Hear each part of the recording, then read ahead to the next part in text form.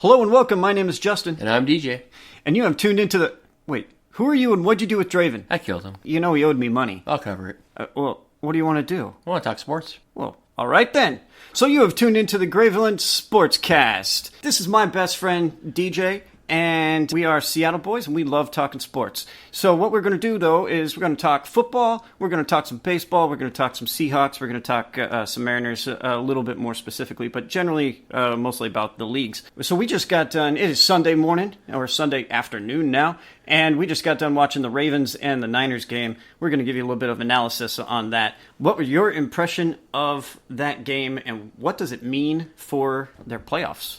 What it means is that the Seahawks are playing for, at minimum, the 2 seed tomorrow night with a win against the Vikings. Big win by the Ravens. I thought the Niners actually played pretty well, but lacked containment on some Lamar Jackson runs. Well, did the Niners offense play well at all? Raheem Mostert played really well. Had a really good game. They were able to ride him, which kept Garoppolo to be a much more secondary option. He wasn't forced to make big plays. He only threw the ball roughly about 20 times. No real big throws. Hit Deebo Samuel and Emmanuel Sanders as main targets. George Hill was pretty much a non-factor. I think they lost because they lost the battle up front, not being able to stop those short down plays. Lamar Jackson was the difference maker again. Even though his stats won't show up like they have the last 3 weeks, he is the reason why they won that game. With any other quarterback, they lose that game. Lamar Jackson still stays as the front runner as MVP. Yeah, that's what I was about to ask. Barring something pretty miraculous from Russell Wilson tomorrow, which isn't out of the question. Lamar Jackson had another really good game. Big-time game. Big-time game from big-time player. Yeah, he's blown me away from what I think we all thought was sort of a bust of a pick, total gamble, to now MVP candidate and running the read option, running quarterback like everyone hoped that they could do.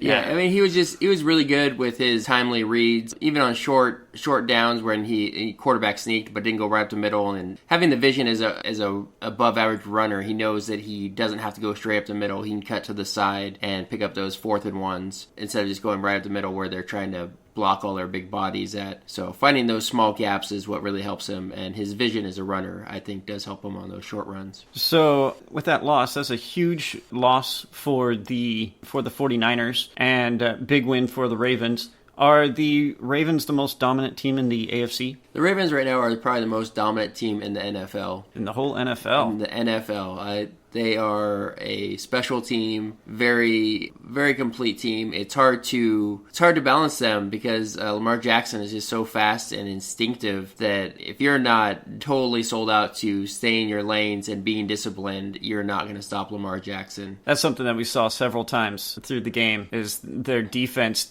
collapsed down after the running back, and Lamar Jackson was able to just scoot to the end zone on one of those short run plays. And yeah, they needed to stay wide and stay very disciplined in their lanes to be able to stop that. Force them to throw the ball, really. I mean, Lamar Jackson, he's impressed me with his ability to throw the ball. I figured he would be much more inaccurate, but he's been really good, and perhaps that's because they choose not to throw the ball very much, which seems to be bucking the trend from the rest of the league.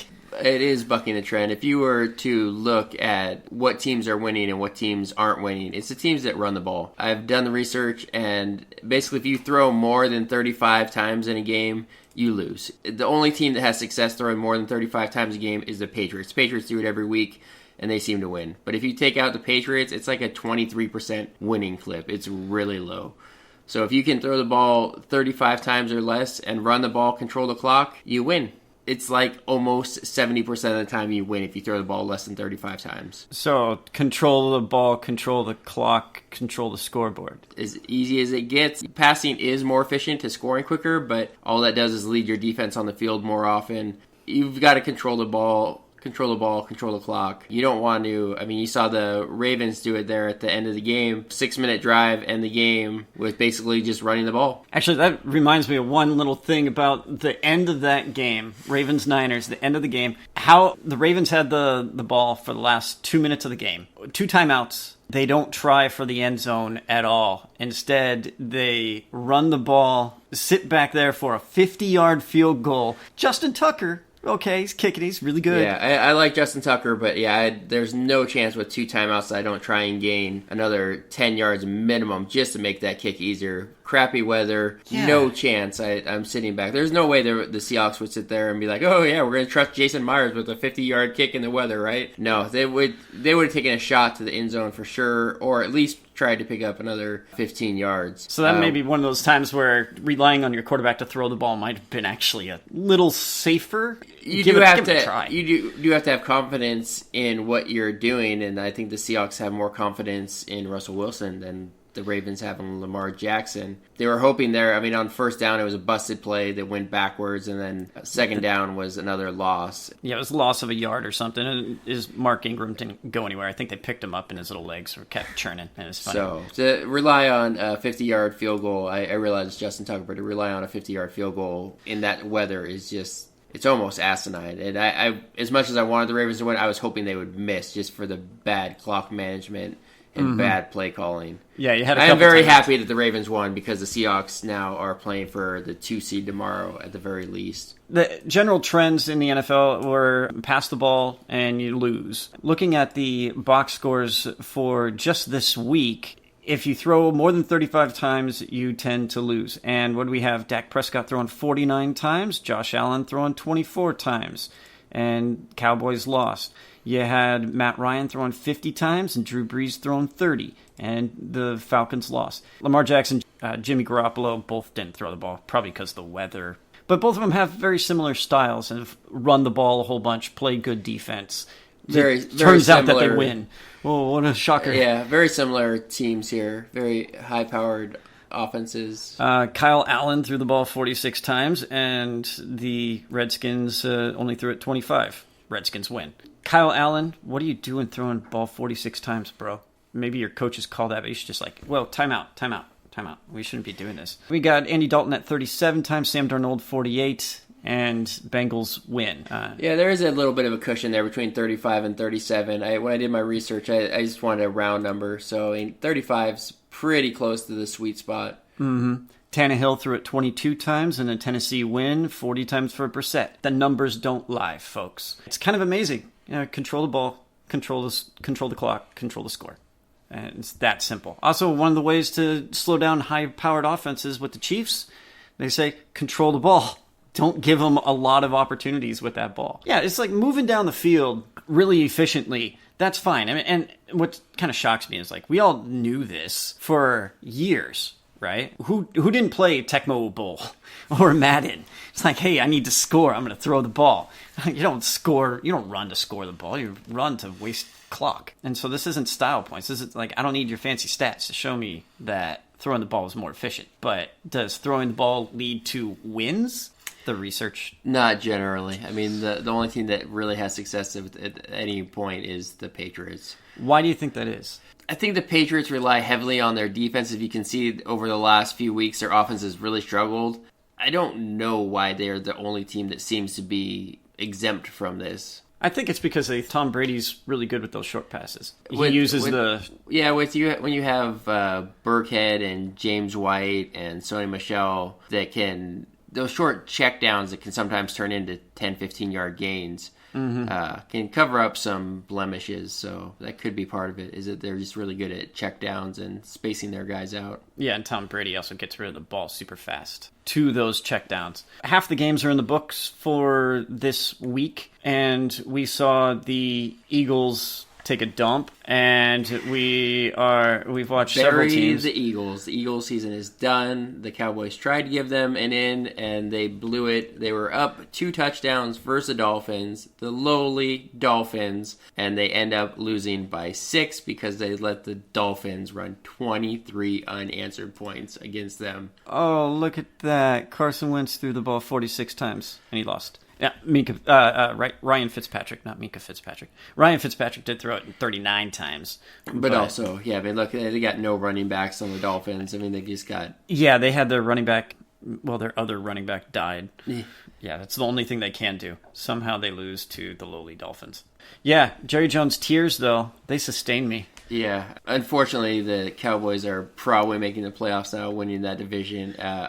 I'm not even sure they get to 8-8 because I just don't think the Cowboys are that good. they might win that division at 7-9. Just because everyone was complaining about it years ago, they should reseed the playoffs. No, don't reseed the playoffs. You can't do that. Just you go with what it is. I know the Seahawks got the home game when they were 7-9, and I wasn't for reseeding then. I don't think you reseed. You play your division games. Sometimes it rarely happens that a losing team gets in there. So yeah, I don't think there's really anything to worry about. It happens every occasional. I don't think the Cowboys are going to make it as a losing team. I think they'll be 8-8. They might squeeze in at 8-8. They're just not very good. Yeah, well, it's the NFC least. The NFC least, This they year. belong in the AFC. Yeah, with all the other weak teams. It's really bad. So I think the NFC playoff picture is pretty well set as far as who's going to make it. It's a matter of where they end up in the ranking. Yeah, I think you have your 6 teams pretty set now. With the Eagles losing today, that basically puts them 2 games behind the Cowboys with the head-to-head and being a game behind. They do play them, I think, next week, but you're really asking the Eagles to win out when they can't even beat the Dolphins. The easy game. The so-called easy game that everybody was predicting that they'd win by 2 scores. I mean, they were favored by pools? They were favored by like 8 or 9 points today. So to come out and lose when you're up 2 scores is just your survivor pool is now eliminated. If the Seahawks were going to end up as a 5 seed, you were hoping that the Eagles won the division, right? Because you'd much rather go to the Eagles than go to the Cowboys, right? If you're going to have to travel in that first week and you're the 5 seed, you'd much rather play the Eagles. The Eagles have no threat. Well, we already stomped them in We Philly. already stomped them in Philly. I'd have no problem going back to Philly. Cowboys do have more options that worry me. So if we were to end up as a 5 seed, we're hoping for the 1 or the 2. And so the Packers are probably winning the division? Yeah, the Packers are really going to be watching that Seahawks game tomorrow because they're going to be big Seahawks fans tomorrow, right? They need to get that game gap again, and the Seahawks beat the Vikings. That gives the Packers the lead again rather than being tied. They need some breathing room. Just because I don't even think the Packers are playing that well. I mean, they won today, but they didn't dominate the Giants, and the Giants are bad. They're bad. Danny Dimes, don't give them the nickname. That means you can't get rid of them after that. It's like superheroes. You give them a nickname, and then they think they're special. So Danny Dimes, and I'm oh my god, Danny Dimes. Yeah, Danny Dump. He's not that good, guys. I mean, so if I had to go out and say my predictions for the NFC, I would go Seahawks, Saints, Packers, the Cowboys, 49ers, and Vikings are going to be in that order, 1 through 6. Do you have a favorite? I mean, we are Seahawks fans here, so we are try. We are Seahawks, and we try not to be too biased. I'm really glad that the road's probably not going through Green Bay. I think that'd be bad for all NFC if the road went through Green Bay, having those games in Lambeau Field. The Saints have not played that well the last 3 weeks. They've skated by. I don't think they're actually playing that well. So it's all about who gets hot at the end of the year, right? It doesn't really matter right now. It really matters how teams are playing 2 weeks from now. How do they finish the season? Are they finishing it hot? Are they finishing games? The Saints have been a little inconsistent. I mean, their use of Alvin Kamara kind of befuddles me. And Latavius Murray only got 4 carries for 2 yards on Thanksgiving Day. It's like, what is going on here, guys? You're not controlling the clock. And then you gave the Falcons, well, Matt Ryan can't control the ball either. He's a turnover machine. But yeah, I've been really surprised at how kind of flat the Saints have looked since Drew Brees came back. I mean, I think in the NFC, while the NFC is better than the AFC overall, I don't know that there's a clear favorite. I think the Saints were supposed to be it once Drew Brees came back. Yeah, they're not clicking right now. But like I said, they're winning. Get that hack Drew Brees out of there. Put Teddy Bridgewater back in. Yeah. Come back to me in 2 weeks and see how everybody's playing. At this point, it's just, survive and win. I mean, the Seahawks win and everybody's, we always win close games, right? But I think that's just because we've been there. We know what to expect. It's a big help tomorrow that Adam Thielen's not going to play. And it sounds like Clowney and Reed are both playing. Yep. So I think that's a huge win for the Seahawks, not have to worry about Thielen. You can focus on Diggs and Cooks. So not having Thielen is going to be a big issue for the Vikings tomorrow. So the NFC is pretty well set, and we're, of course, hoping for our Seahawks to get a bye and a big win tomorrow over the Vikings. But the AFC is a cluster of like two good teams at the top, Patriots and the Ravens. Yeah. And our favorite is the Ravens, right? Over the Patriots? I do think that I think the Ravens are going to chase down the Patriots, and they're going to be the 1 seed. You heard it here first. The Ravens are going to be the 1 seed, and the road to the AFC is going through Baltimore. And You've probably heard it other places too, but if your team cannot stay disciplined, you won't beat the Ravens. It's going to be really rough to beat them, yeah. Did they beat the Patriots? Didn't they? They did. They went to New England and beat the Patriots. Yeah. So there. Bam. Lamar Jackson, front runner for the MVP. I know you haven't heard that here first, but it is going to happen as long as that team stays on top. And as much as I want Russell Wilson to win an MVP, he's the MVP of our hearts. But Lamar Jackson is MVP of the league this year, assuming everything keeps going properly. Who else is going to make the playoffs in the AFC? Who do we think? So the AFC, I'm going to go the Ravens, followed by the Patriots, and then I'm going to say that the Chiefs. Yeah, I think the Chiefs are going to hold on and play better down the stretch. They've been a little inconsistent here, but I expect them to finish strong, be the 3. Well, the chefs are playing the Raiders right now on TV. I expect the chefs to come through here and finish strong, be the 3 seed with. I don't know. The Tennessee Titans might overtake the Texans there. The Titans are playing really well. Tannehill has revived. The Tennessee Tannehills. Titans are 5-1 under Tannehill and came off and put a beat down on the Colts today, which was ended the Colts. It really ended their season. It could have very well ended them because they're now behind 2 teams with 4 to go. Yeah. T.Y. Hilton not playing was a huge problem. And for our fantasy team. No one cares about your fantasy team. Yeah. Except us. So I'd go Ravens, Patriots, Chiefs, and you know what? I'm going to go with the Titans. They're playing really well, and I'm going to put them as the 4 seed, and then I'm going to put the Texans as the 5. I really thought that the Browns were going to win today and keep their thing going, but I'm going to go ahead and put the Steelers as the 6 seed.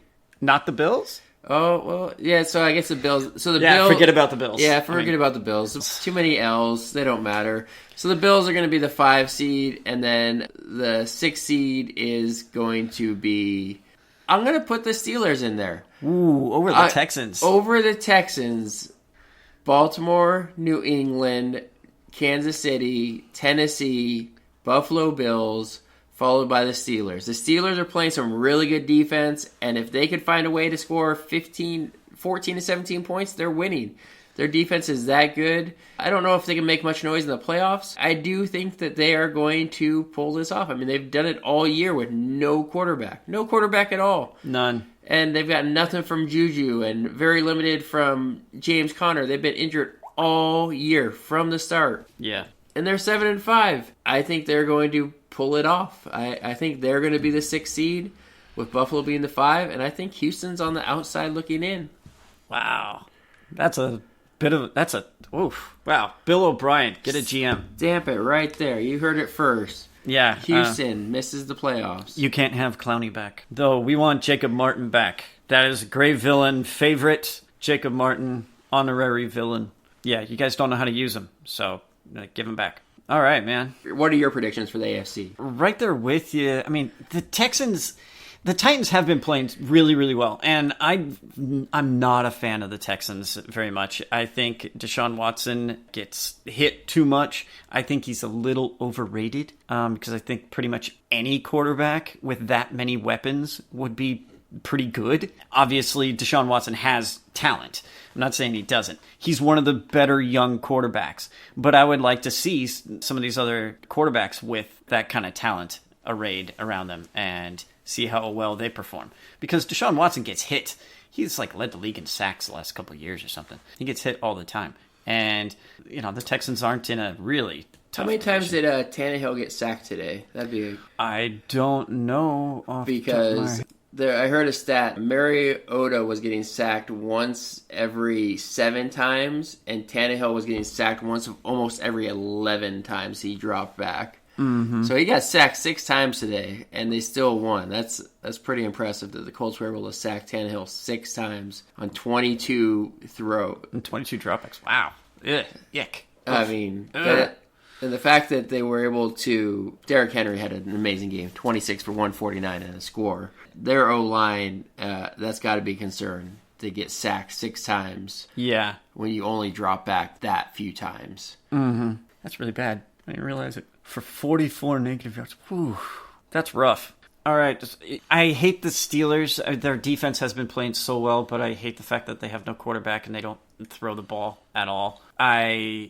So I feel like that's a huge gamble. The Texans do have a lot of weapons, and before the season started, we had predicted that Texans were just going to play shootout with everybody. Sort of what the Chiefs do. It's the first 1 to 50 wins. And that's sort of played out the way that we expected. So I'm not a huge fan of how the Texans play. I also think Bill O'Brien is a bad GM. So I did read today that J.J. Watt, if they make the playoffs, might be able to make it back. Ooh, that'd be a big deal for him. If they could somehow sneak in there and get J.J. Watt, that could be a deal breaker. So if he misses the rest of the season, what is it, like 3 straight years that he's missed the season? It's like 3 out of 4 or something like that. Yeah, where he ended on the IR. All right, so that's our playoff prediction right now. We will do another one of these sportscasts in December around Christmas time. That'll be your villain present, where we will update and see if we're right about things. Who's our Super Bowl prediction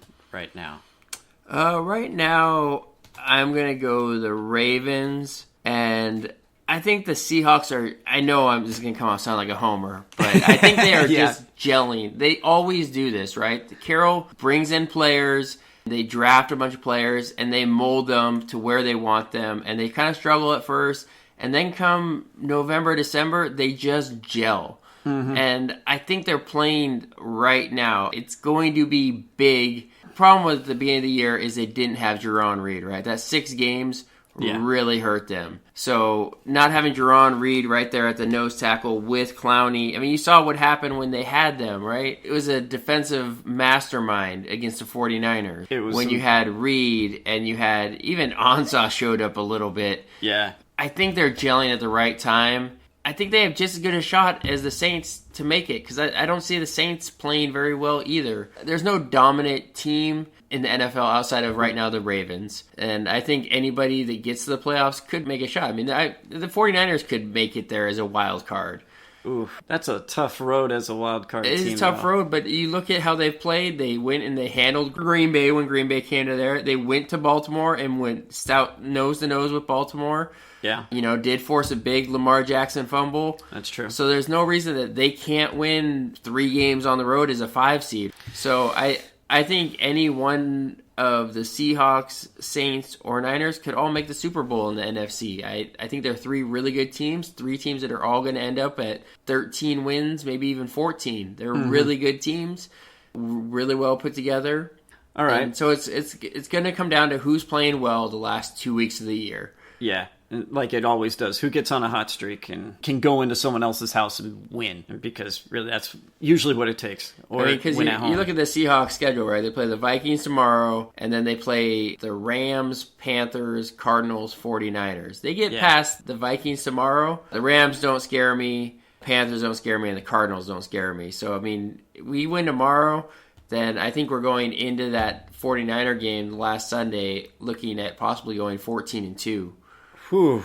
I mean, you're looking at going Pete Carroll era. Going in there as probably 13-3, and any given Sunday can happen, right? You could lose to those teams. Is that enough to win our division? It's gonna be tough. It could come down to that last game. I mean, it's very possible that both teams could be 13-3 going into that game. Okay, so now the likely MVP, well, the front runners right now are Lamar Jackson and Russell Wilson. Is there anyone else there? It was Christian McCaffrey, but he seems to I do think there is a dark horse here. that nobody's talking about? Yeah. Kirk Cousins. Ooh. Kirk Cousins is playing really well. I know nobody really likes Kirk Cousins because they think he can't win the big game. I think Kirk Cousins, if you look at the stats, they're really similar to Russell's. If he goes on and they win their division, he's going to be right there in the discussion for MVP. Last year, he had a big fumbling problem. This year, he's really cut down on the turnovers. I'm telling you, his stat line is very, very almost identical to Russell Wilson. He turned into a meme with us. Kirk Cousins fumbles. I think that he's on the periphery. He's kind of like sitting around. Right now, it's Lamar Jackson's to lose. Mm-hmm. It's Lamar Jackson's world, and we're all just living in it at the moment. Yeah. Ask Mark Ingram. He'll tell you. Well, yeah, what happened to Mark Ingram? We thought that would be a huge piece, and it's just like, nah, it's Lamar. Coach of the Year prediction. I know you like Pete Carroll, of course. John Harbaugh is going to win Coach of the Year. Yeah. As much as I hate that Pete Carroll and John Schneider never get any love for Executive of the Year or Coach of the Year. Yeah. If Baltimore continues this pace, it's going to be John Harbaugh. There's nothing you can do. You can sit there and piss and moan about it, but you can't really argue it. I mean, if both teams go 13-3, or I think the Seahawks would have to win out and the Ravens would have to not get the 1 seed for there to be a difference. I bet you Shanahan has a better claim to it than Pete Carroll does, just because the Niners were so bad last year. And I think the one thing that people need to take in consideration is just how banged up the Seahawks were really for a stretch there. I mean, they're doing this, and they didn't have Jerron Reed for the first 6 weeks. Jerron Reed is a game-changing player who's going to make a lot of money this offseason. We had no defensive line at all. No pressure on the quarterback at all. No secondary. Ziggy Ansah was the biggest bust of the season, right? Nothing. Got nothing from him. And so you're depending on Clowney. Clowney's been a beast. Pay him everything he wants. Him and Jerron Reed. Yeah, pay him all the money. Pay him all the money. You've got the money. Sign them long-term. Stamp it. Because these are your cornerstones of your defense. Yeah. So, Coach of the Year, Harbaugh, MVP, Lamar Jackson, Super Bowl. We're going with the Ravens and hopefully our Seahawks. Go Hawks. And playoffs is pretty well already set, so there's not a whole lot there.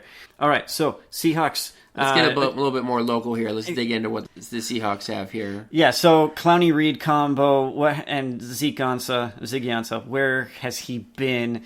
And what are we seeing on the defensive line now that we have these pieces? So getting Reed back helps kind of shift everybody into their roles, right? And then you have Al Woods, you have Quentin Jefferson and Puna, right? So when you Puna is so underrated, it's ridiculous. Yeah. He is just a beast up front. And so when you can run a line of Ziggy and Jerron Reed and Puna, Clowney, and then you can sub in Quentin Jefferson and Al Woods. I mean, Al Woods. Very underrated. Very underrated for the $1 or so or whatever we're paying him. A couple million just to keep his weight up. Because that dude is he's a just large man. Clogs the middle. He's a great large man.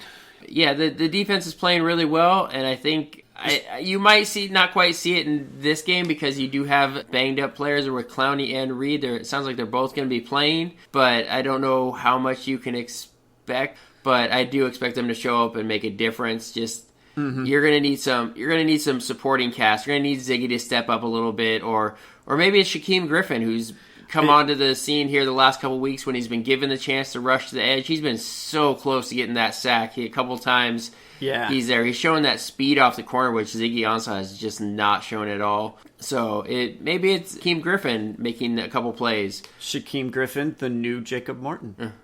I like it. I'm surprised that he's been as productive as he has been in the limited time. I know that he's a fan favorite, twin brother to Shaquille Griffin, who's been playing out of his mind this year. So Shaquem, and I'm surprised that he's actually stayed on the roster and not been cut. I did think that there was a pretty good chance he was not going to make the opening day roster. Just you looked at the linebackers where they stacked up, and Ben Burke-Kirven plus Cody Barton were locks. And the 3 starters. With your 3 starters, you're already 5 deep, so that puts Shaquem Griffin as like the 6th. Yeah. And it's like, how many linebackers do you keep? Now, they've shifted him back to D-end, which is probably where he should be. Mm-hmm. But if Ansah was doing anything, then he'd still never be seeing the field outside of maybe special teams. So give credit to him. He's taking advantage of his opportunity. You've seen that with Seahawks this year. Barton showed up, and even in his limited time when he's gotten plays, he's stepped up. He's been a big special teams guy. He's always down there. Yeah. The secondary was also a very, very weak spot for this team. How has Quandre Diggs made an impact there? Quandre Diggs has single-handedly changed everything in the defense. It's allowed Dougal to play a little bit more in the box, and it's given the thump. Like you saw it with Marquise Blair before we got there. They were looking for somebody to lay some wood, right? And they weren't getting that with Tedrick Thompson. I'm sorry, Tedrick Thompson is just not good. Soft. He just can't do anything. He got beat way too many times. Man, you don't jump that high, okay? I get it. You're a black guy, but you need to jump higher if you're going to do that. It's not working. So for John Schneider to sit there and poach Quandre Diggs for a 5th-round pick, it just shows you how bad the Lions are at judging their talent, right? I mean, it supposedly had fallen out of favor in Detroit, but he comes here to a winning atmosphere, and he's transformed the defense. And there's no other two ways about it. He's changed the defense, seen better play from McDougal. He feels like he's brought the boom back. Where the last few years, after losing Cam Chancellor and Richard Sherman and Earl Thomas, the boom, and really Brandon Browner was the boom at first to me. I loved Brandon Browner. But then after we've seen those guys disappear over the last few years, it's like, what is this? This is like the soft touch. And Quandre Diggs has brought the boom back because he separates people from the ball. That is for sure. And straight up stolen. So switching from the defense here, let's talk a little bit about the offense, right? Our boy, Chris Carson. Chris Carson still got a little bit of the fumble problems. Let's not lose faith in Chris Carson here. He's had a little bit of up and down season here, but I don't really see the change. Should Penny get some more playing time? He probably should.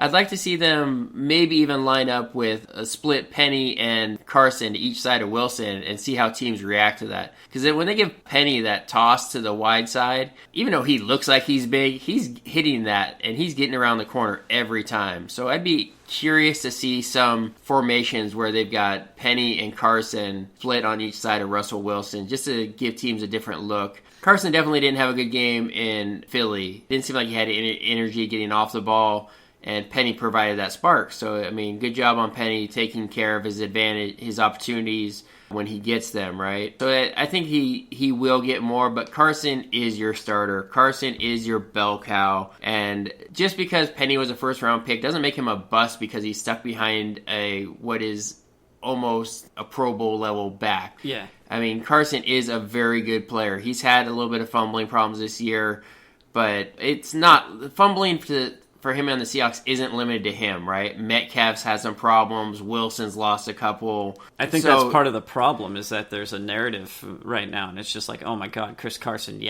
Penny's fumbled a couple times. That's so true. It's not just Carson. It's kind of an epidemic narrative right now on the Seahawks is they need to get better at handing the balls. Fetty fumbled.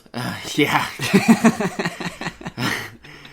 So keep the faith in Carson, right? It's important to go down the stretch as a unit. Let's get DK Metcalf a little bit more confident. DK Metcalf's kind of... I love DK, but he's kind of bricksums here down the side the last few weeks.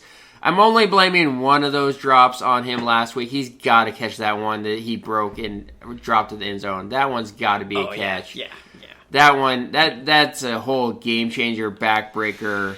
I think it was just a bit of a youth thing and pushing a little too hard and kept going. But the other ones the one where he dove and went off his fingers, that's partly on Wilson. You're not going to hit on every deep play there is, but DK Metcalf's got to catch some of these. He's had some back shoulder throws that he's gone up through and gone right off his hands the last couple of weeks.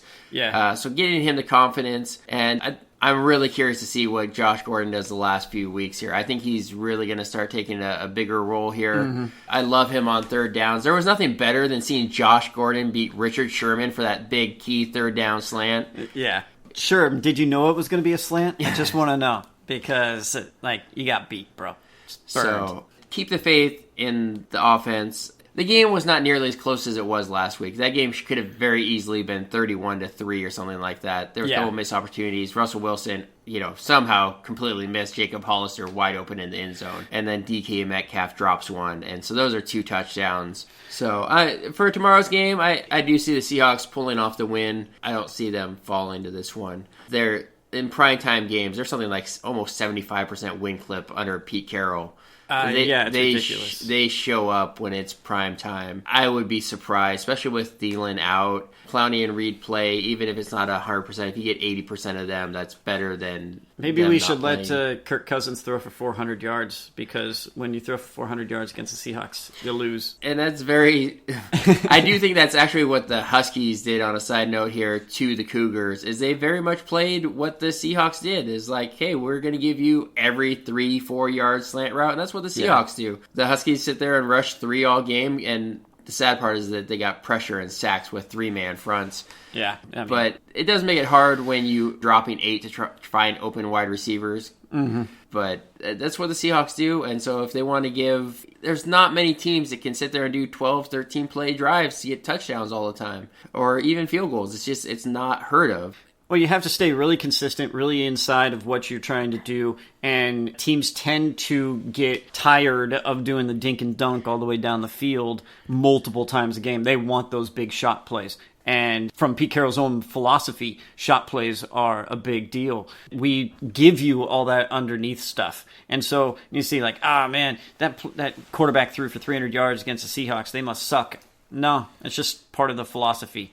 We don't we'll give you yards. That's fine. We actually kind of want you to eat up the clock, because can you win in the first quarter? No. Can you win in the second quarter? No. Can you win in the third quarter? No. And so you only win in the fourth. And as long as you keep it close, who has the ball at the end of the game is going to be the team that wins. As we saw today with the Ravens. 49ers and Ravens. I told you midway through the third, I'm like, whoever has that ball last is going to win. And that's... I was very surprised when the Ravens went for it on, was it 4th and 1 from their 40 with 4 minutes to go? Yeah. I thought for sure they were going to punt that. Yeah, we were punt, and they kept it. And they went for it, but it's so risky. You're almost giving away the game if you don't get that. They didn't get it by a lot. I mean, they did pick it up, but it wasn't a slam dunk thing. So yeah, just huge play, huge big Lamar balls. Jackson making the play. Oh yeah. All right, that wraps up Seahawks and football. Baseball. We're in the middle of the off season, and things are starting warming. To percolate. They're starting. Things are going a little bit quicker than last offseason. I do think that you're not going to have the same thing where you had last season, where people are going to be... You're not going to have Cole and Strasburg sitting out there in March. You don't? You think they're going to sign? I think they are going to get signed, and I think it happens at the winter meetings this year. I don't. I think Scott Boras is kind of a total prick and thinks you're all stupid, because he's like... Well, what do you say about last season with his guys, Kimbrel and Keuchel? The reason why they didn't sign is because not because they were asking for the biggest contract in history for a closer. Yeah, we're not greedy. It's like, what? No, I think he's going to sit back and wait until he gets the deal that he wants. And I think Strasburg is going to get I think Cole's going to go first, and then Strasburg. And the question is, where are they going to go, and what type of contracts are they going to get? I think everybody kind of knows the range here. I mean, we don't need to be stupid and know what the ranges are, right? We know that Cole is going to break the David Price's contract, right, of $217 million. Yeah. That's going to happen. Whether or not he tops the AAV is average annual value is questionable with Zach Greinke's. He's going to be somewhere between $32 and $35 million a year for 7 to 8 years. You don't think he gets the 10? No, he's not getting 10. I'm not even sure he gets 8. I think 7 is where he is, and at that $32 million, Does he get an opt-out? I don't know that... Maybe he takes an opt-out after two. Yeah, well, Two or three. I mean, if you're the club, if you're going to want the opt out, you're going to want it, after like 3. You're not going to want it to be like opt out after 5. Well, I mean, okay, so here's the thing. He's already going to get the biggest contract. He's going to get the highest AAV, and then he's going to you need to throw an opt out in there so that he can do what? Opt out and get more. I mean, he's already at the top. This isn't like Strasburg, who opted out of a 4-year 100 to 25 million, because Strasburg's going to go and get 30 now in free agency after his wonderful World Series performance. There may not actually be an opt out, because what's the upside, right? Like, is he really going to get? He's already going to be up there at the top of the market with AAV. Yeah. So is there? It's like the JD Martinez opt out. You opt out at 23 to go do what? And then you don't opt out because there is no market there for you. You're just going to be talking to the same teams that you were already talking to that already passed the first time, and now you're going to be older and perhaps another injury or something. And so there's just very little reason to opt out if you're getting that kind of money anyway. Yeah, the more I think about it, I don't think there's going to be an opt out. I would say it's just going to be a straight contract. So where does Garrett Cole go? I think his market is actually limited to about 4 or 5 teams. I really wish the Mariners would be in on Garrett Cole, because their payroll going forward is very minimal. Their commitments are so little, and you have to eventually get the ace, right? If you want to win, if Jerry DiPoto doesn't want to have this long-term rebuild, you have to go out and get the pitcher, right, to headline your thing. You can't just rely on just prospects, right? You can't just say, oh, Logan Gilbert and George Kirby and Justin Dunn and Justice Sheffield, they're all going to hit. It's not going to happen. There's going to be injuries, right? So you can't just depend like, oh, they're all going to be 2s or better, right? It's not going to happen. Yeah, look at the rotations that were headlining the championship series this last year. It was the Nats with Scherzer and Strasburg and Corbin. It was the Dodgers with Kershaw and Ryu and Walker Buehler, and the Astros had Cole and Verlander and Greinke, 3 former Cy Young Garrett Cole hasn't won a Cy Young. Didn't win it this year. Should have. That was robbery right there. And who was the other team in the AL? The Yankees? No.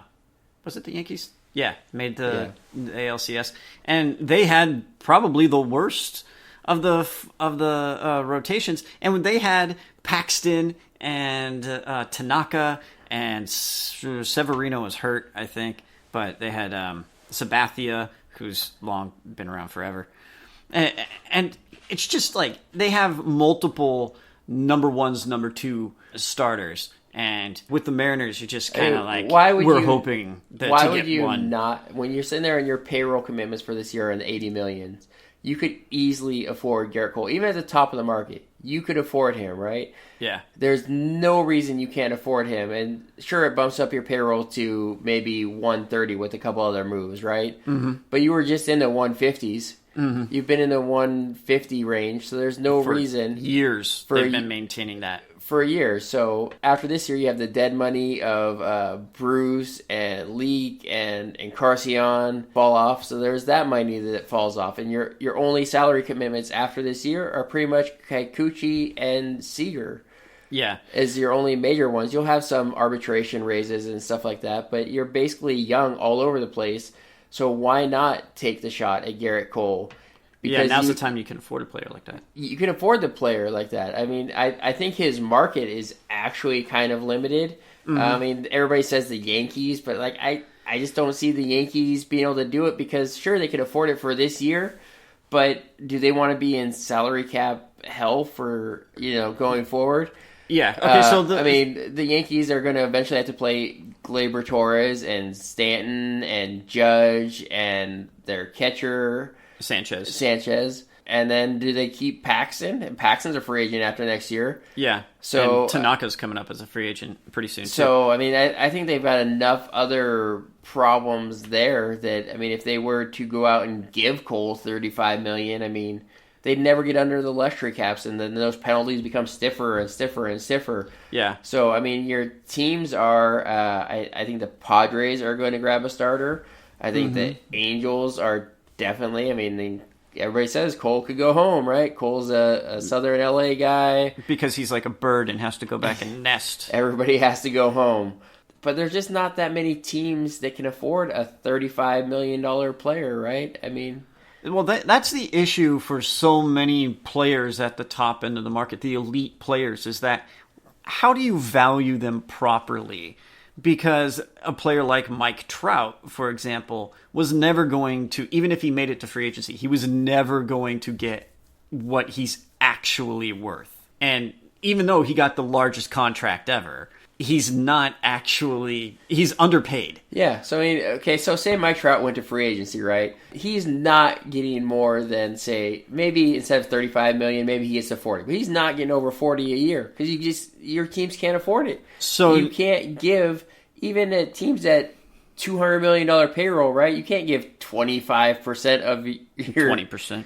Yeah. 20% of your payroll to one player when you got to fill 25 guys, right? And you need pitching, and pitching is expensive. So I don't see that he would have ever gotten that much more. I mean, so 12 at 40, maybe he gets 40, maybe he gets to $500 million and there's some crazy stupid signing bonus. But I don't... if he went like 12 or 13 years like Harper did at $40 million a year.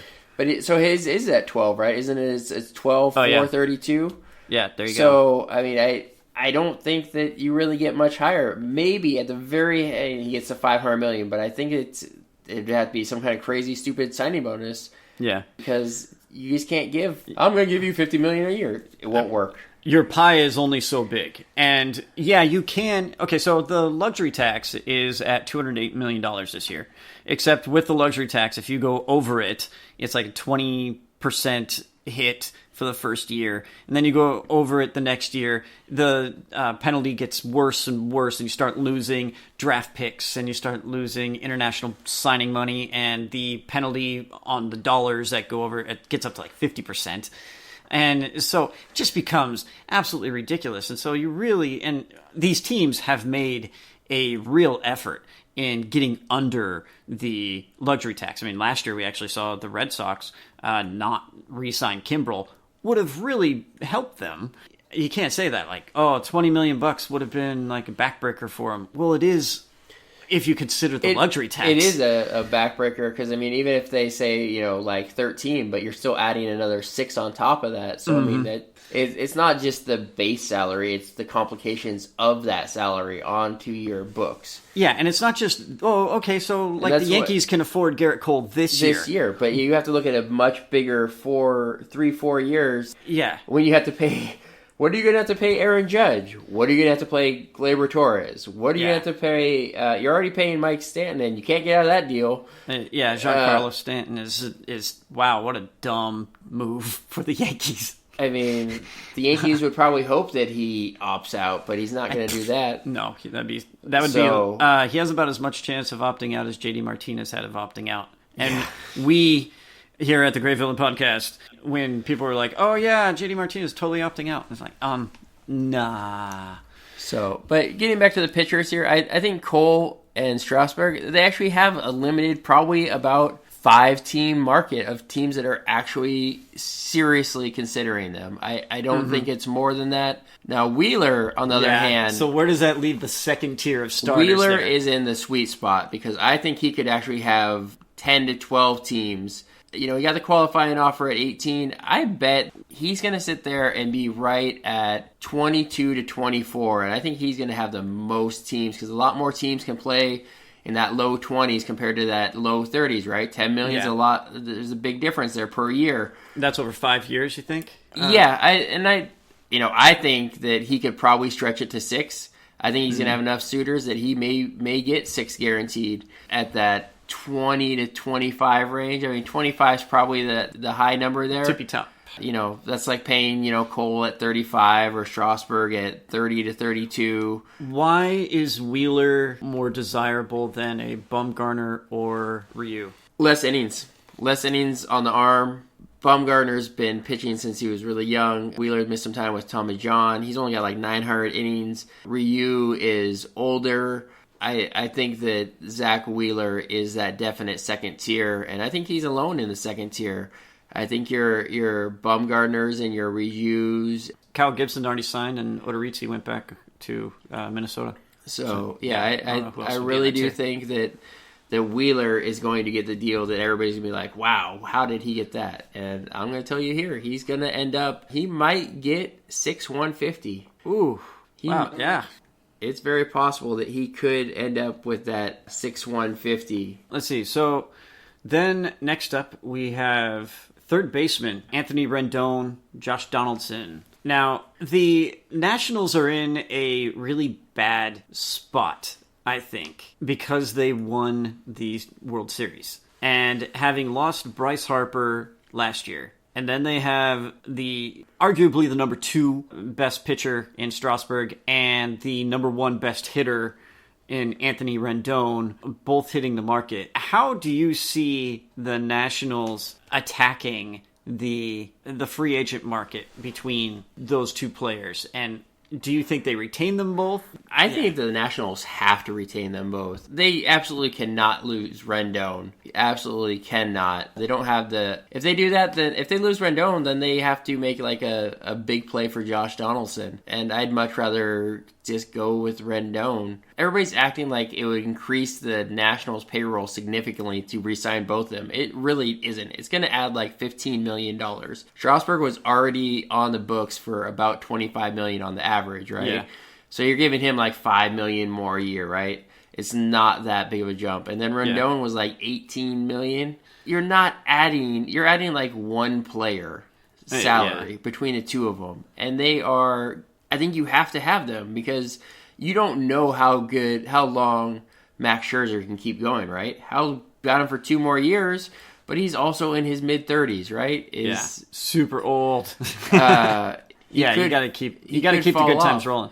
And can the fan base really afford to watch Bryce Harper go when the Nationals had a built-in... They already had a safety net for those guys. They already had Soto and Robles and Adam Eaton in the outfield. Harper was okay to let go because you did already have Soto and Robles and Eaton. So you had replacements. Yeah, and he was a bit overrated. I mean, let's be real about Bryce Harper. He wanted the biggest contract in history. They won the World Series without Bryce Harper, right? Well, he got the biggest contract until Mike Trout was like, no, and got a bigger contract. But Bryce Harper was an MVP one time, and outside of that one time, he's been rather okay.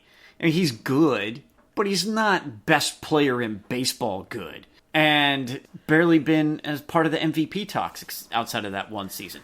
And even this year with the Phillies, he was good, but not MVP good. And that's the kind you were hoping. The Phillies were hoping for MVP level if you're going to pay out that kind of money. Though they did get him on a relative discount of $25 million, which this guy predicted. Thank you very much. As far as Rendon and Strasburg go, they don't have built-in replacements for either of those players, and they really need to keep them because partially, I mean, so how did winning the World Series change the Nationals offseason, or did it change what they were going to do? It shouldn't have changed anything, to be honest. And I think for Rendon, their only serious competition is the Rangers. He is a Texas guy, so that could be something in the Houston... or fly home, little bird. Texas does need to spend money opening their new stadium. Which their old stadium was perfectly fine. So I do think that's their only thing. I'm surprised that we've heard so little as to... I mean, before the playoffs started... There was a rumor out there that they offered Rendon 7 between 210 and 220, something like that. So it seems like the framework was pretty much there. Yeah. Maybe Rendon's not buying into like how the Nationals do it. Nationals always do it with big deferrals. That's how they keep these players. Is they have like one big payment, like Strasburg before he opted out, like in 2 years, he was going to make like $42 million for that year. Oh my God. So, that's how they've always done their contracts. I mean, if you look at Scherzer's, he's making like 35 and 37 the next 2 years. Yeah, he's getting a bunch of deferrals. Maybe Rendon's just not into the deferral thing, but it seems like the framework is basically there. So I'm kind of surprised that there's been so little chatter about what he might be. Because I don't, for all these elite free agents, the market's just not that big for him. I just don't see them being a big market. Texas is a legitimate option for Rendon. Yeah, well, but as Mariner fans, do we want to see him go there? But I mean, if you go down the teams, I just don't know that there is a whole lot of options for some of these elite players. I think their clubs are about four or five teams, right, outside of Wheeler. Wheeler is in the sweet spot. He's in that second tier. He's by himself. Yeah. And I think he ends up with the deal that's going to surprise people. And so Bumgarner and Ryu getting probably 3-4 years? Yeah, I'd say Bumgarner will get 4 guaranteed. He may have an option on it. Ryu's probably 3 years. I had originally thought that Ryu was maybe going to go to Texas. I thought that'd be a solid get for them. But they just got Kyle Gibson. I don't know that they're going to go. And, I mean, they could do Ryu and Kyle Gibson, but then can they afford Rendon? I mean, they don't have any pitching coming, and their farm system is trash. Yeah. It is straight trash. They've got nothing coming. So they pretty much, if they're going to be good, it's all going to be spending. So maybe they do get Ryu and then go get Rendon, and they run for that for the next couple of years. Is that enough to get them good enough? I don't know. Is Lance Lynn going to be able to repeat? Can Mike Minor repeat? These are questions, right? You gave Kyle Gibson. Is Kyle Gibson that good? Not really. I think it's pretty middling. But for $10 million, you're kind of buying into like a 4-starter, right? I mean... Yeah, well, it's a good value for what he brings to the table, because I don't think he's all that special. The Twins made it to the playoffs, but they had inarguably, the worst starting rotation in the playoffs. Oh, and it showed. And, yeah, they got trashed by the Yankees, swept in 3 games. And you can't go in. It's sort of like the 2001 Mariners where we won 116 games, but you look at the rotation and it was a bunch of nothing greats. And then we ended up squeaking by the White Sox, I think. Didn't they take us to 5? Or did we sweep them? We swept the White Sox. Oh, we swept the White Sox. And then we got dumpstered by the Yankees in 6. Because we just didn't have the pitching, the top-end pitching that you need to be successful. Which is why the Mariners should go get one of these top starters. Zach Wheeler is on my wish list. Make it happen, Santa Jerry. I'm going to let you take over here on your little rage here about a couple different things here. You've got some research and stuff you want to get out there, so I'm going to let you. So qualifying offer trends. We're in the 4th year of the qualifying offer under its current manifestation. And one of the things that bugs me is that more players haven't been accepting. However, this season, three players did accept. Last year, Hyunjin Ryu of the Dodgers, he accepted, which is why he's actually a really nice piece for a team. And then Jeremy Hellickson, Neil Walker both accepted way back in 2016, which I don't know why they offered. I mean, it's just like, yeah, Jeremy Hellickson's not worth $17 million, bro. But so what happened this season, I thought was really interesting with Will Smith, a reliever for the San Francisco Giants, and he signed early before the deadline for the qualifying offer to be accepted or rejected. And he signed with the Braves for 3 years and $39 million.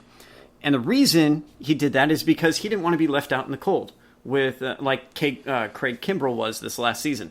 What I mean is that $13 million is about the top of the market for relievers, elite relievers nowadays. Aroldis Chapman just re-upped for 16, and Kimbrell, I think, what did Kimbrell get in this last season? Even though it was prorated. Very close to 14-ish. Yeah. Will Smith, he had the opportunity to accept $17.8 million in qualifying offer, or he could accept 3 years, $39. And he had a deadline to accept or reject a qualifying offer, and the Braves came up to him and said, hey man, 3 years, 39, and he accepted 339, because that's really what he was going to get anyway. And so what we've been seeing over the last few years, though, is more players accepting the qualifying offers.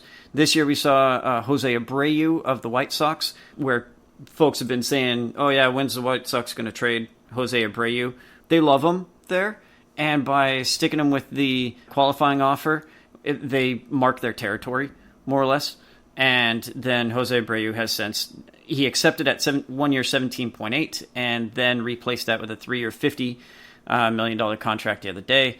And then Jake Odorizzi, he was like, yeah, I'll take 17.8, because really Odorizzi's I think he was DFA'd and then traded from the Rays to the Twins, or he was traded for nothing, and because he was a replacement level player, and then he's come back. He tweaked his mechanics a little bit, picked up a mile per hour across the board, and the results showed. But really, how much money are you going to pay for a guy who's done it for 1 year? And so this way, he can do it again in Twinkie Land and come back next season without the qualifying offer attached to him and get a multi-year deal. Hopefully in the same vein as Zach Wheeler, though I don't think he could ever get quite that high. I think he probably maxes out at 20, even if he has another good season. My main thing I got going here, though, is the markets for some of these elite players. It annoys the hell out of me. I'll tell you that. There's several players that we might see on the move this offseason or the next offseason. And that is Francisco Lindor, shortstop for the Indians, Mookie Betts, right fielder for the Red Sox, and Chris Bryant, third baseman for the Chicago Cubs. And I want to throw a fourth one in there, JD Martinez of the Red Sox, just because they have to get under the luxury tax, and they would love for him to go away. The problem with moving elite level players is that teams have to fit 3 criteria. And 1, can the team actually afford it in prospects? Do they have the several prospects to trade for an elite level player? How many teams have 3 top 100 guys that they're willing to give up to get that player? Next up is, can you afford the $20 million or more dollars? Lindor is probably going to cost, over the next 2 years, $40 million, so $20 a year. Mookie Betts is probably going to get $27 this year, and Chris Bryant, it depends on if he's he's got 1 year or 2 years in arbitration, depending on his grievance. He's going to get, he's worth probably the more 2 years, 40, similarly to Lindor. How many teams can afford financially these players? I mean, you've pretty much immediately cut out their the bottom half of the market. Because as we were talking about with the pie for how much is your payroll, you can't give too big of a piece of your pecan pie to one guy. You have to spread it, not equally, but you have to spread it around to the 25 other guys on the roster. And if one guy's taking up too much, this ain't the NFL where you got a quarterback who runs everything. This is one guy on a team, and everyone has to contribute. And so you just can't be too heavy to one player. So can a team afford it in terms of cash? Can a team afford it in terms of prospects?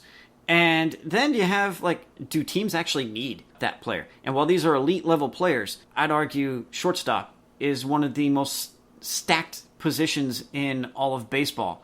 If you look around at the landscape of the league, the teams that could potentially afford these players via prospects and money, they all have shortstops. The Dodgers got Corey Seager. The Astros have Carlos Correa. The Yankees have Gleyber Torres and are letting Didi Gregorius walk.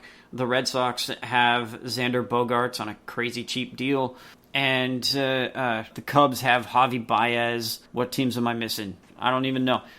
The Padres have Fernando Tatis Jr. and the Rockies have Trevor Story. I mean, even the not super rich teams have guys. Or a team like the Rangers, who would love to have another big name player at shortstop, they have to deal with Elvis Andrus, right?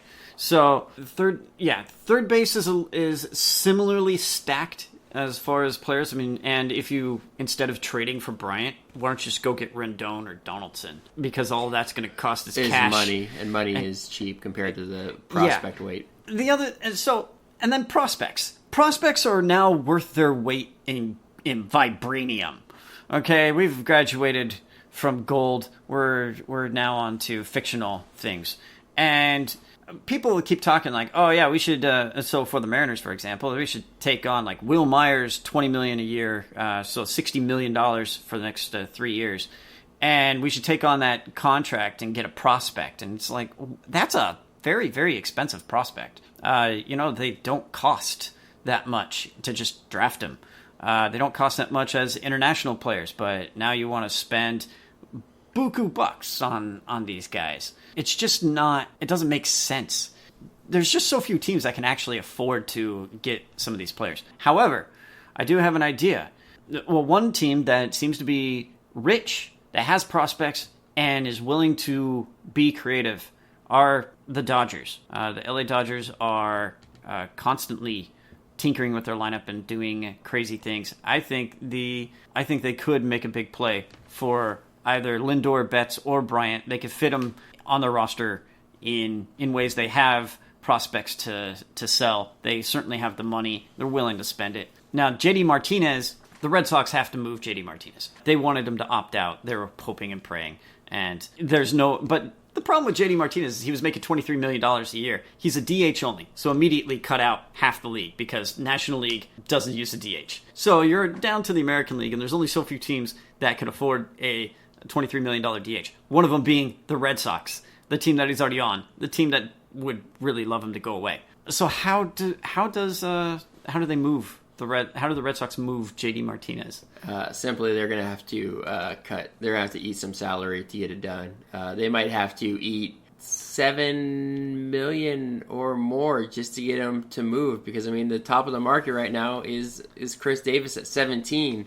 So you're talking about eating $7 million, and even then, you're saving cash. But how much is the prospect going to be returned? Because it is just a DH. It's not a guy that's going to go out there and provide you with a ton of defensive value. And certainly not as a DH. And he does have an opt out after next year too. So it's really a 1-year deal. It's kind of like a 1-year flyer. So it's like the Red Sox could save maybe $16 million by trading him $7 million, and eating $7 million of it or so.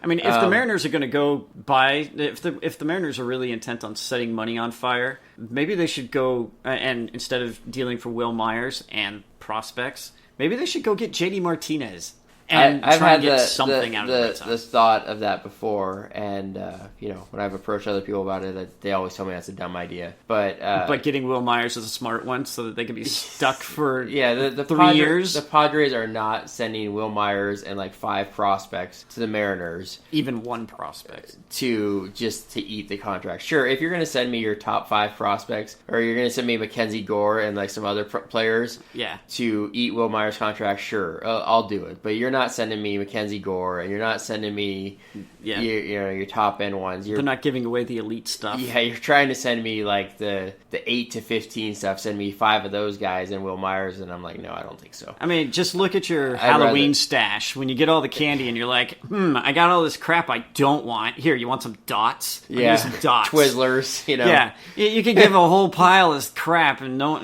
I get that 1 Snickers bar for it.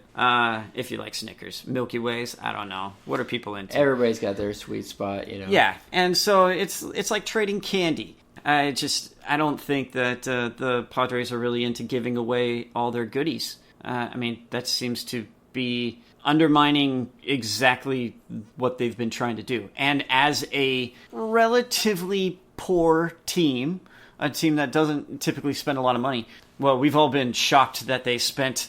I mean, maybe their problem was that they gave $20 million a year to Eric Hosmer and then did this backloaded deal with Will Myers, and then they got nothing out of it. Because one of the problems with players is that you can't pay them what they all are actually worth. You need to, and just like hope that they make back the contract in value. You need excess value.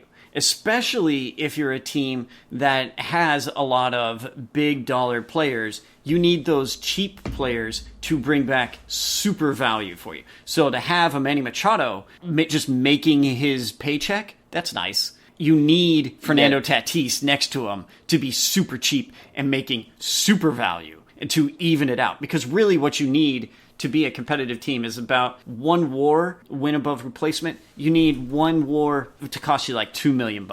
And in free agency, it's going to cost you something like $8 million.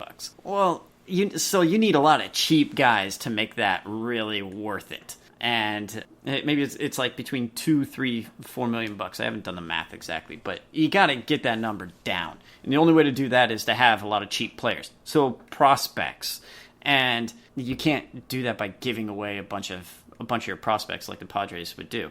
And they're not running a $200 million budget. They're running 120, and they've been adding to it, but who knows where they feel like stopping. So, and that simple equation is what keeps a lot of teams out of those big dollar players, and that we would all love our teams to go get, because everyone wants a team to go get the superstar player. But there's not a lot of return on investment. There's not a lot of free value there, and you need free value. You need value to come back in these deals. So switch it back over to our local team here. The Seattle Mariners. Some Mariners, they've been a little percolating here, some minor moves here. I do like the Kendall Graveman signing, very solid for $2.5 million. Yeah. He's only 29, coming off of surgery, second year. Tommy John surgery, starting pitcher. There is some upside there. And if he's good, you've got an option for $3.5 million the following year, which is totally fine. Yeah, the problem I see with some of these, so some folks want us to go get more starting pitching, and it's like, well, okay, so you're telling me I got like Marco, Kikuchi, Sheffield, Graveman, and I guess Justin Dunn would be the fifth, though I'd really like another guy to fill that spot, but it can't be a multi-year deal. Like some folks want to go get like Kyle Freelands and several other guys, and it's like you can't gum up your whole rotation with a bunch of 4 and 5 starters, which is kind of what all those guys are. Maybe they top out at 3, but there's a lot of just sort of meh. Do you really want any of those guys to be starting for you in a playoff series? I mean, at what time are you going to start actually getting guys for the playoffs? I'm saying they should have make the push for a Cole here. If I'm Dipoto, I'd back up the truck and make him say no to a David Price contract because I can afford it. I've got no future commitments blocking me from this, and it would take pressure off of my young kids developing, my Logan Gilberts, my George Kirby's, my Justin Dunn's, my Sheffields. Because not only does it, I mean, these guys don't hit the majors and immediately perform. They hit the majors and have a little bit of growing pains and time to adjust. And we're talking about players who have merely made their debuts, or in the case of like Logan Gilbert, ended in AA this year. George Kirby was in A-ball, rookie ball, short season A-ball, way down in the low end. He's pitched in Everett, yeah. Yeah, and Brandon Williamson and Isaiah Campbell didn't even pitch for us because he was college World Series guy, and so I don't think he got any starts under his belt for the Mariners. So it's going to be several years before you even see those guys in the majors. And then it's going to take a couple years for them to really get good, probably. Or, really be able to take the training wheels off of those guys. Not because only you have that, innings you limits need more and things. than 5 guys anyways, right? Yeah. So if you were to sign a Cole or a Wheeler, it's just you're pushing these guys down the pecking order, creating more depth, right? Yeah. So that's what you need depth, because as you can see, how many pitchers did the Mariners use last year? I don't know, 50? They used like everybody. They might as well have called me up for a tryout because they were just picking guys off the street. So you're a soft-tossing lefty. Yeah, I can make it work. If they want to give me, prorated salary. It's okay. I don't throw submarine. I throw underhand. So there's just not a lot of. The Mariners need guys at the top end, and you can project guys to be at the top end of the rotation, but they have to get there at some point. And someone like Garrett Cole, young, doesn't have a lot of mileage on his arm. Yes, he's going to cost a lot, but you can also project out that he's going to be pretty good for a number of years. And because the payroll is so low, you can actually make a pretty good case that you can afford him for these years and not really have to worry about it even in later seasons. Garrett Cole or Zach Wheeler. I love Zach Wheeler too. I think he's a great, this is a great sweet spot. So if we don't want to play at the very tippy top of the market, then, but GreyVillain endorsed. Let's see. Who else did we sign? Carl Edwards Jr., reliever, came from the Cubs. Also had some shoulder problems, I think, or something like that, maybe. Yeah. I don't know. He's been really good over the last few seasons. Did he win the World Series for the Cubs? I know he pitched in the World Series that the Cubs won. I can't remember if he got the last outs or not. But yeah, hard throwing right-hander, pretty good. Another option for the back end of the bullpen. Yeah, for $1 million to $1.5 million is absolutely perfect. But oh my God, the Mariners spent a 40-man spot on Patrick Wisdom. Let's lose our minds. You first. Yeah, it blows my mind. There's no reason to even think that that he's a guaranteed 40-man roster spot, come 3 weeks from now. There's 5 or 6 spots that they could easily just clear up a roster spot. So don't be worried that they have 40-man and they're not going to make any more moves, because that's not going to happen. There's going to be trades. There's going to be people that are moved off the 40-man for people that are better. So don't freak out that there is no room left on the 40-man. Oh my God. Yeah, there's a lot of dead weight that you can easily cut. Now, the Mariners didn't protect any of their Rule 5 guys because, think about it this way. If the Mariners don't want an LJ Newsome on their 40-man roster, who's exactly going to take them and stash them on their 26-man roster all season long? I mean, last I checked, Mariners not good, but maybe the Orioles are like trying to run a AAA team or something, and maybe they could afford to do it. I don't know. I'm not worried about any of the players that we're going to lose. Also, it's been like, every year people lose their minds over the Mariners not protecting one player or another, and then that player doesn't get taken, and it's like, that was a lot of wasted energy, wasn't it? Calm down. Don't lose your mind. The Mariners have taken guys in the Rule 5 draft, and they never stick, or they rarely stick. I guess Brandon Brennan stuck, but Mike Ford didn't stick. And some of these other guys, they're pretty useless. And Brandon Brennan's better than LJ Newsome. So, yeah. Let's see. What else did we add? Nestor Cortez Jr. Yeah, he's a soft-tossing lefty guy. Yeah, just an option. It cost us $30,000 in international signing bonus money, so there's no... You're going to sign a lot with that. So don't lose your mind over that one either. He could very easily just not make the team. But he just gives you a left-handed option to go with Gilbo or Aaron Fletcher.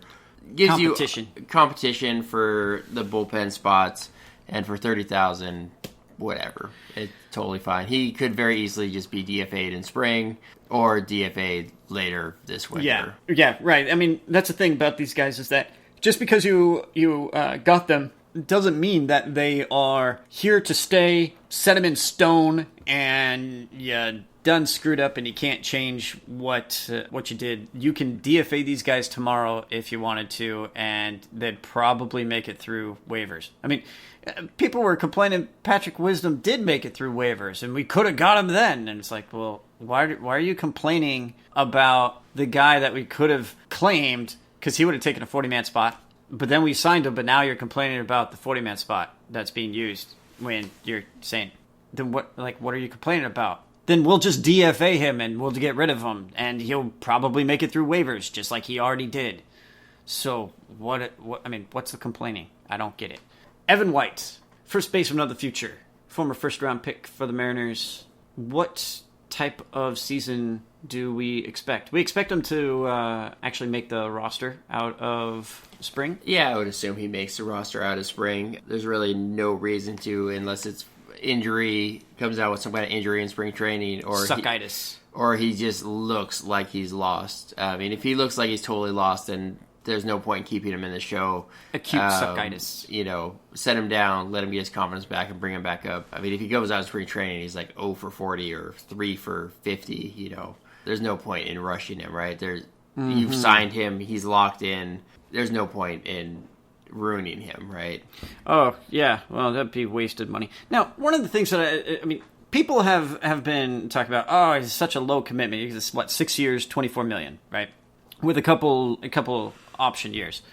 And what if it's a low risk move, right? But what if he doesn't earn his paycheck, or like he only earns his paycheck? 6 years, $24 million. That's like 3 WAR. I mean, if he only earns his paycheck, then is that a win? A loss? No, it's probably a loss. I mean, if he only gets 3 WAR and goes through his prime, that is a very big loss, because you do have to create that excess value in WAR, and so you need to have players that outperform their contracts. And if he only does the minimum and he's like replacement level or slightly above in a couple of years, and you get 3 WAR over the next 6 years, it's a huge loss. I mean, the money isn't the problem. It's the fact that you're not creating excess value through his prime. You only got 26 roster spots in order to gain value. It's not like I have 50 roster spots and I'm like, well, this one only just returned value. That's fine. No, I got 26 that I have to get excess value from and to become a competitive team. And I really can only get there's only so many Mike Trouts available where he's giving you 10. Right, so or Alex Bergman, or Bregman, or Lindor, and apparently we're not going to get any of these guys because the Mariners are poor. So if that's true, then we have to do it on a budget if we want to be competitive. And so we need Evan White to be worth far more than 3 WAR. We need him to be 3 WAR ace every year, which is kind of hard to do at first base. If you look around the landscape of the league, you have to be a hell of a hitter to be able to do that. Do you think he's ever going to be that good of a hitter? I think he's got the potential to come through with some very solid seasons. I think he could very easily be in peak seasons, kind of be like an Eric Hosmer, where he's like 20 homers, 30 doubles, and plays really good defense. Hopefully more consistent than Eric Hosmer. Yeah. One can hope, because that's really screwing over the Padres. Yeah. At least if Evan White does it, it's not really hurting us financially. But you're still not creating that excess value, so it does still hurt. Yeah, you got a whole bunch of guys that are just merely making their paychecks, right? It's like, he's fine because it's not a big financial loss. It's like, I got a whole team of crap, is what you're telling me. I mean, I guess the real problem here is when do the Mariners actually spend the money, right? For their payroll is going to be, I don't know, somewhere in the $80 to $90 million range this year.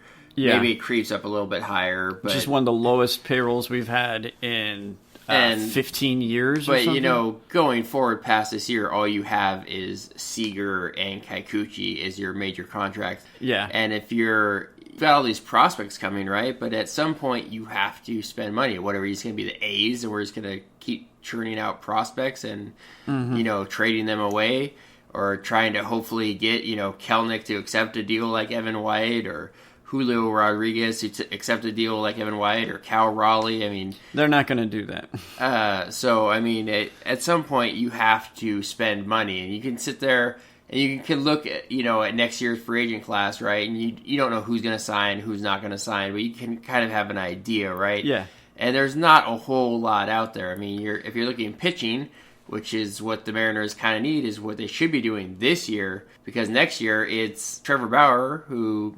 he went to Cincinnati and he fell apart. And after that, you're talking like Paxton, or we already had him. Taijuan Walker. We already had him too. Let's bring back all the Mariners, right? That's why I think this year so many winning seasons. So I with those just guys. don't understand if Dipoto says he wants to have this short rebuild window, right? He doesn't want to do this 5-6 year window. At what point do they spend money? They should be spending money this offseason, because this is a season where there is actually talent available. Yeah. Whereas going forward, there's not really all that much talent available. Not top-end talent. Sure, you can play in the middle pool, fine. We can bring back James Paxton, or you can go get Taijuan Walker, but you're not playing at the top of the market, right? We cleared Cano. We're done with Felix. We have plenty of room to go get a Garrett Cole or a Steven Strasburg or a Zach Wheeler. We can play in those markets. We just had Cano and Felix and Seager all at the same time.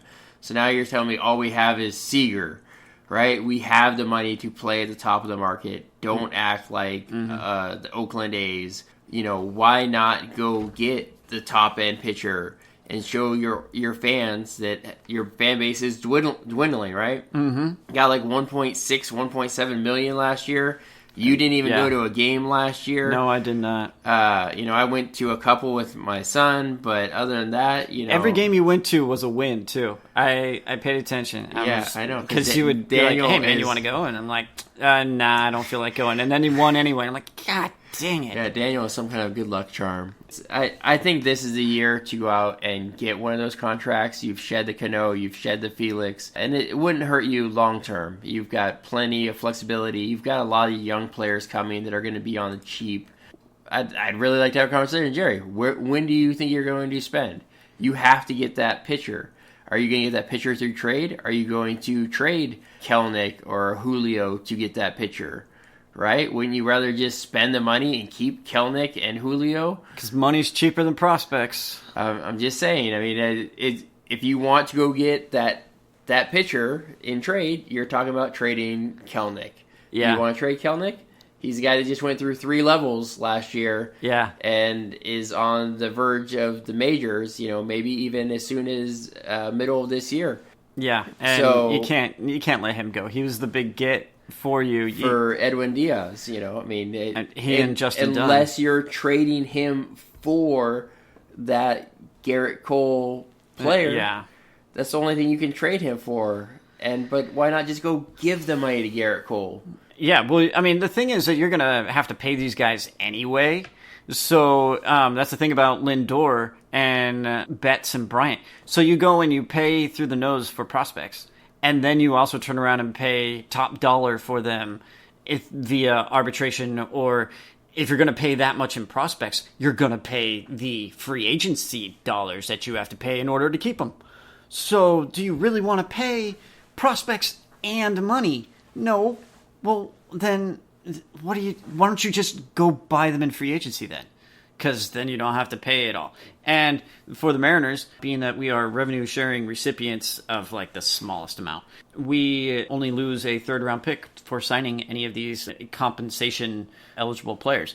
So if you would be out of your mind like, oh, my 3rd-round pick's gonna turn into Garrett Cole. You'd be like doing backflips. You wish that was what would happen. Yeah, our 3rd-round pick this year was Levi Stout, a pitcher. So yeah, maybe Levi Stout turns into the next Garrett Cole. Sure.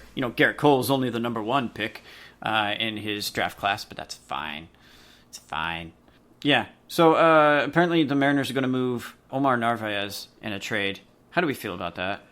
I don't necessarily like it. I mean, because I feel like this is a move just to save $3 million. Because I don't think there's enough value out there to...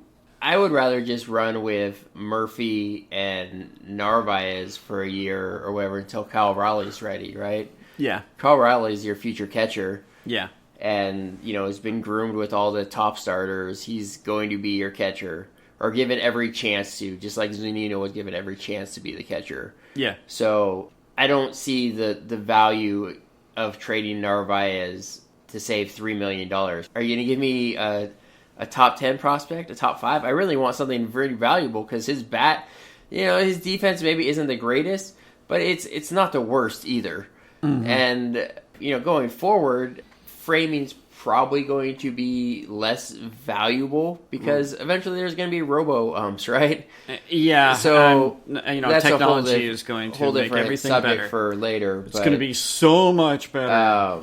And I'm not buying framing is not going to be as important. And so to pay him $3 million this year for what he does is fine. And I don't see the value. Like, are you going to give me... Where's the value? Like, someone's going to give me... Like, we only gave up Alex Colomé to get him, right? Yeah. So, what, you're telling me we're going to get, like, an Alex Colomé back? Well, Alex Colomé is not really... No, I don't think we're getting Alex Colomé back because I think the White Sox really wanted that closer for a couple years. But are we... not Alex Colomé, but so we're going to get a bullpen arm back? If that's all it is, then we may as well keep him. Because part of the thing about Narvaez is that his bat is steady, even if his defense is a bit shaky. But Tom Murphy, his defense, I guess, is better.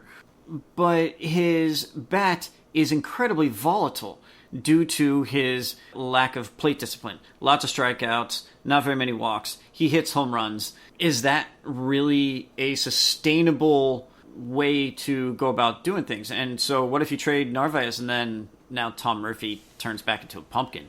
Because he did get DFA'd by designated for assignment by Colorado and then got shipped to the Giants. I think the Giants claimed him and then they traded him to us. Is how it all worked out. And so can you really rely on this guy who everyone wants to anoint him the starting catcher now? And it's like, well, okay, but that's... I don't know if I like his skill set as much as I like the difference between Narvaez and a steadier bat with a steadier glove on. But then Austin Nola is gonna fix everything as the he was a minor league free agent, came over, became our first baseman last year, even though he likes to catch, and now I guess he's in the Dominican Winter League catching, and so let's see if he's any good at it. But it's just like it's a lot of gambling. I think it's I like to play things a little bit safer. Yeah. Why create... Especially when the return is just very low and no one's going to give you anything really nice for Narvaez. And it's only for $3 million. You're not saving a ton of money there. So it just feels... It feels like you're not really moving forward in this return. And I know people are going to be very disappointed with the return that they get because prospects just are really highly valued. And Narvaez is, well, I mean, that was Narvaez with 3 years or 4 years of control left last season and for cheap. And now he's got 3 years of control left and is going to cost $3 million. So at least $3 million. So I just don't see the value being there. You're not going to get more than what you gave up. I'm not a big fan of that. I'm sort of with you.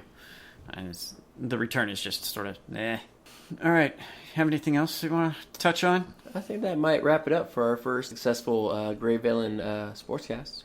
Okay. Find us on the Facebook at TheGreyVillain Podcast, Twitter at TheGreyVillain Pod. Where are you on Twitter, DJ?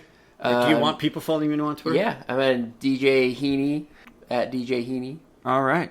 And find us on YouTube, probably where you found us here, at TheGreyVillain. Like, comment, share, subscribe, hit the notification button. Ask us questions on Twitter, on Facebooks, on the YouTube comments, and we will answer them in our next... we will be doing another one here.